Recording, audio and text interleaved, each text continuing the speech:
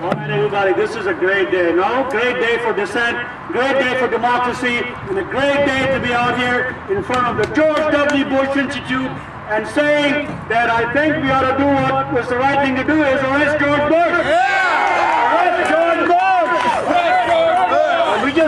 I just want the folks to know that we're going to be here next year when the Institute and Library officially opens and the entire world media and the national media will be here, and we are going to be here to let the world know that this is not a library, but rather a library. L-I-E-B-U-R-Y. This is going to be a place where they're going to bury all their lives. But we know, the people know, because we talked about this administration and its plans about Iraq even before the Iraq war started. As we were organizing this event, I was thinking, how do we mark this date? Tomorrow is going to be the 9th year anniversary of the invasion of and the destruction of Iraq. And several thoughts came to my mind, and Leslie and I talked about this. And so I just want to share with you some of the thoughts I had. Many of us have been doing this anti-war work for a long time.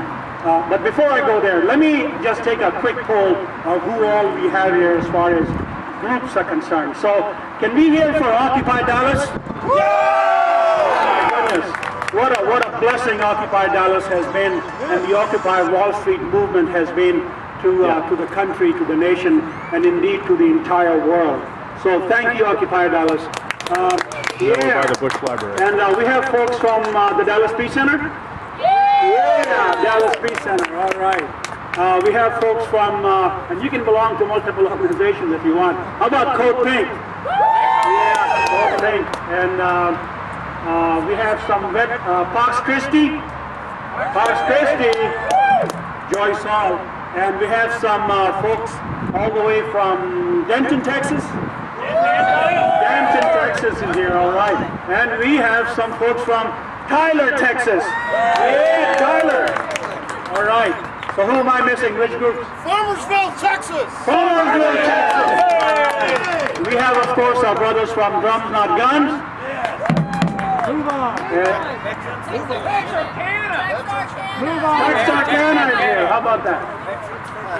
And we have Veterans For Peace. How about that? So that works. MoveOn.org. MoveOn.org is here. Wow. What great work MoveOn has done for so many years now. So, as I was thinking about, what to call this day, the first thing that came to my mind was Day of Remembrance. We have to remember what happened 9 years ago, what has happened to Iraq, and what has happened to Afghanistan, what has happened to my native country where I grew up, to Pakistan. We have to remember the folks who have lost their lives in Iraq. Some estimates indicate that maybe as many as 1 million people, 1 million Iraqi civilians died. Now that's out of a country of 25 million people. If you extrapolate that to the US population, that would be how many times? 8 times? 12 times? That'd be 12 million people dead. We have 5,000 American soldiers who lost their lives in this illegal and immoral, and the sad thing is absolutely unnecessary war.